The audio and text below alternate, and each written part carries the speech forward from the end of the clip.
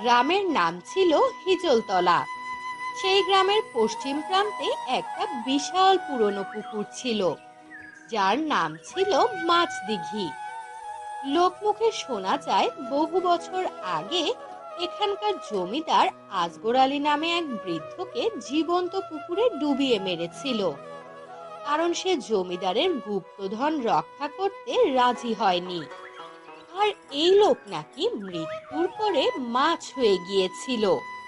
সে থেকেই এই পুকুরের এমন নাম। এখন আর এই পুকুরে কেউই নামে না। গ্রামের মানুষ বলে, মাঝরাতে যদি পুকুরের পানি নাড়াস, পানির নিচে টান দিয়ে নামিয়ে নিবে রাক্ষসে মাছ। এই গ্রামে আসে শহর থেকে এক তরুণ, যার নাম ছিল রফিক। গ্রামে তার মামা থাকেন। তিনি একজন অবসরপ্রাপ্ত শিক্ষক।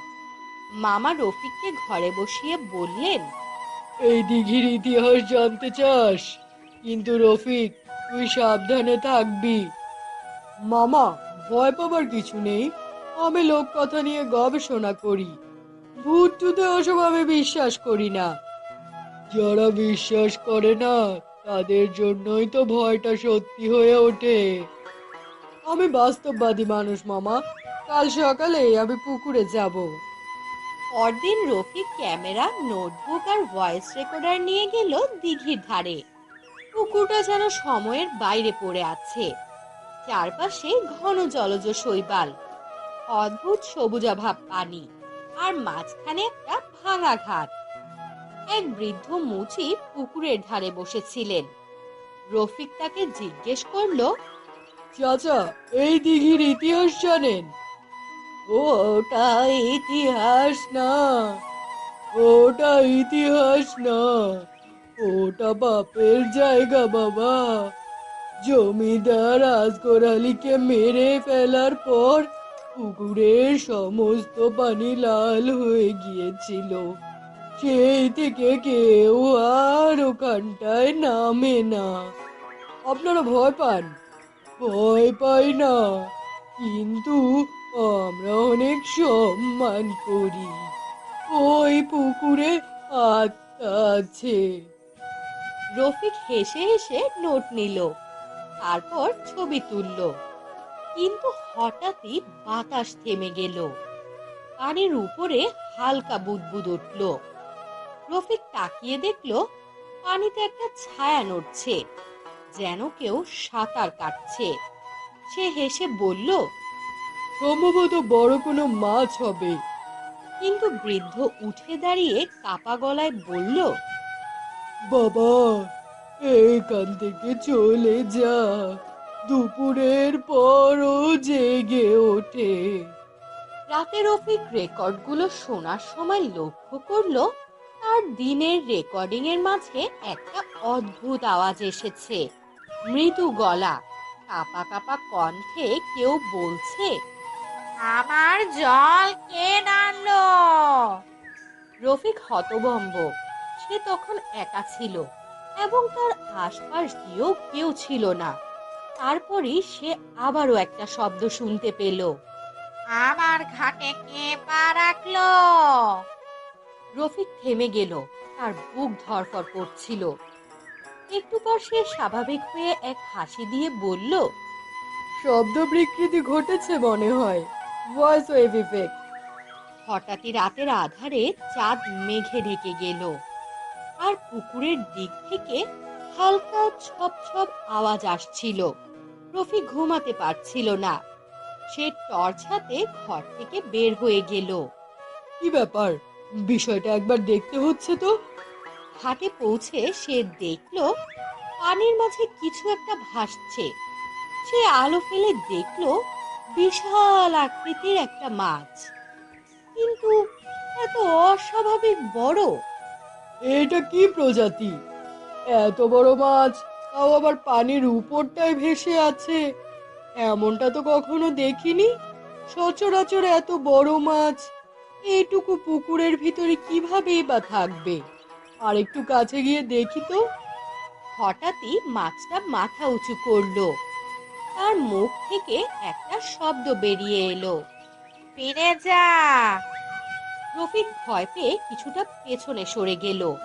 কণ্ঠটা যেন মানুষের মতোই। কে তুমি? যে পুকুরের জল নেড়েছিস তার বিচার হবে।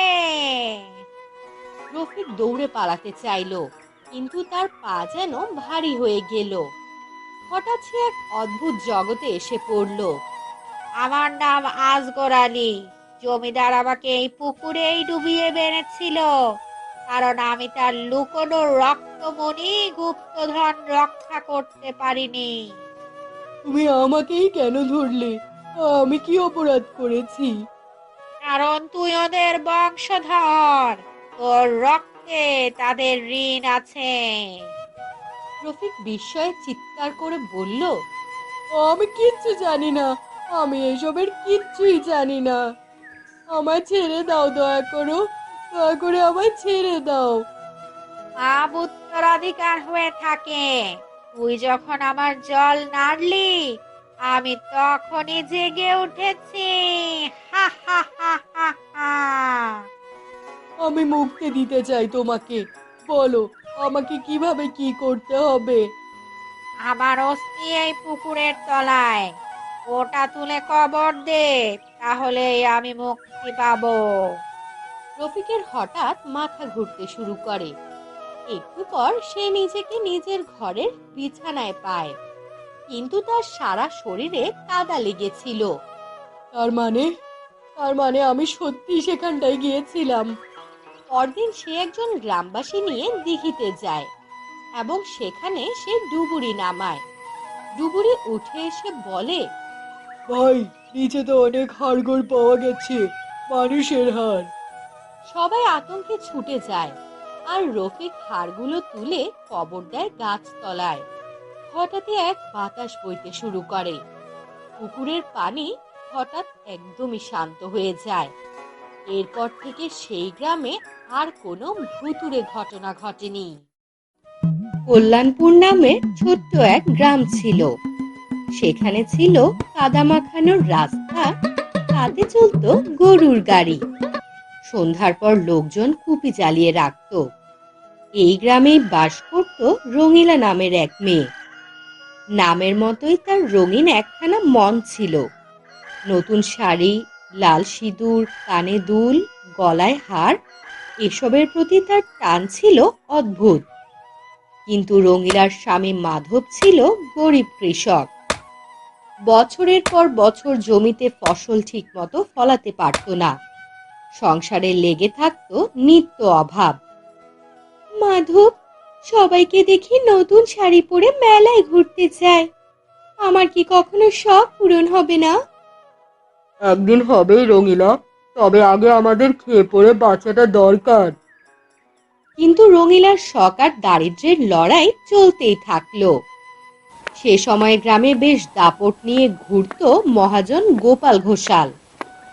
তার সুদের খাতার অঙ্কে অজস্র মানুষ সর্বনাশ হয়েছে। একদিন অভাবের তাড়নায় বাধ্য হয়ে মাধব তার কাছ থেকে টাকা ধার নিল। এনে টাকা, তবে সুদে আসলে হিসাব করবি। মাস গেলে সুদ না দিলে কিন্তু কড়ায় গন্ডায় সব নিয়ে নেব। জি দেব মহাজন বাবু। কিন্তু খরায় ফসল মরল, টাকা শোধ হলো না।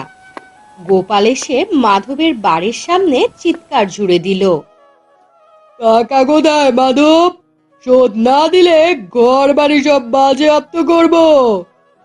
আমরা গরিব মানুষ, দয়া করুন বাবু। কিন্তু দয়া নেই গোপালের খাতায়। সে জমি জমা ঘরবাড়ি সবকিছু লিখে নিল নিজের নামে। রঙিলার সংসার ভেঙে গেল। তার স্বামী হতাশায় ডুবে গেল।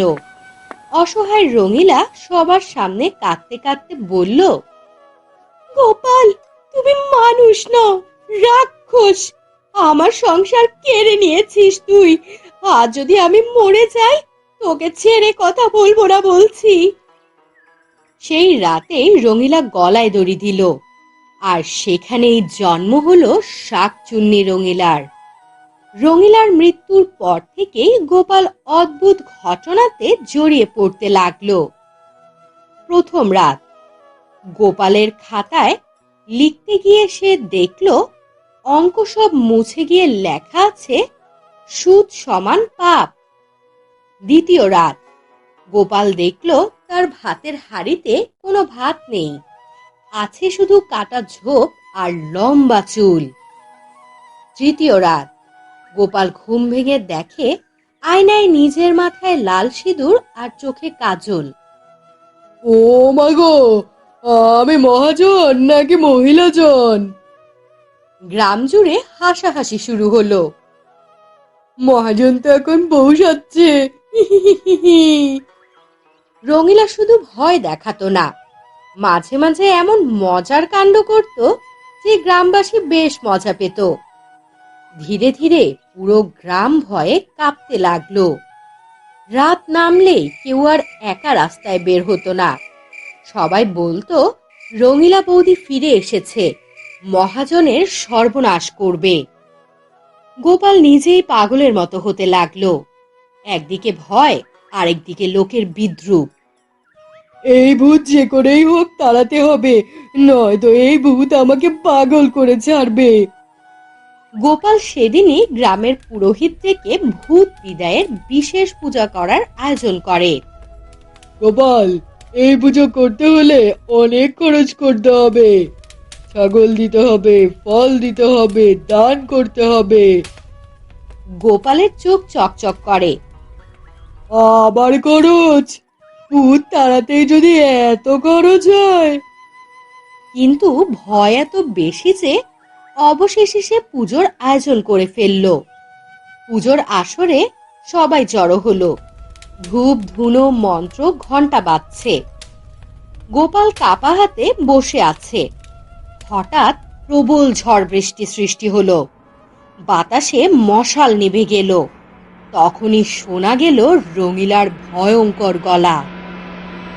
এই গোপাল, আমাকে তাড়াতে চাস? পূজার খরচ তুই শোধ করতে পারবি তো? নইলে আমি আবার তোর ঘাড়ে চড়ে বসবো। হি হি হি হি হি হি।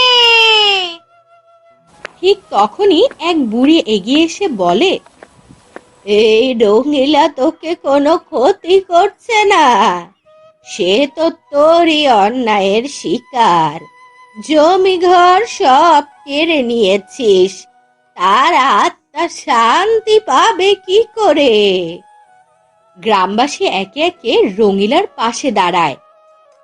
রঙিলা আমাদের কারো কোনো ক্ষতি করেনি, বরং তোকে শিক্ষা দিচ্ছে মহাজন। গোপালের মাথা নিচু হয়ে যায়।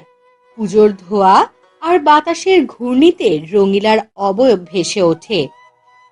আমি প্রতিশোধ চাই না, চাই শুধু ন্যায়। মানুষের কষ্টে যেন আর কেউ লোভ না করে। গোপাল মহাজন ভেঙে পড়ে, কান্নাজড়িত কণ্ঠে বলে, রঙিলা, আমি ভুল করেছি, আমায় ক্ষমা করে দে। আমি আর কখনো গ্রামের গরিব মানুষের জমি ঘর নিয়ে নিব না। তাদের জমি ঘর আমি সব কিছু ফিরিয়ে দিব। আমায় ক্ষমা করে দে রঙিলা। এই প্রতিশ্রুতির পর ধূপের ধোঁয়ার মতো মিলিয়ে যায় রঙিলা। আর কখনোই তাকে গ্রামে দেখা যায় না।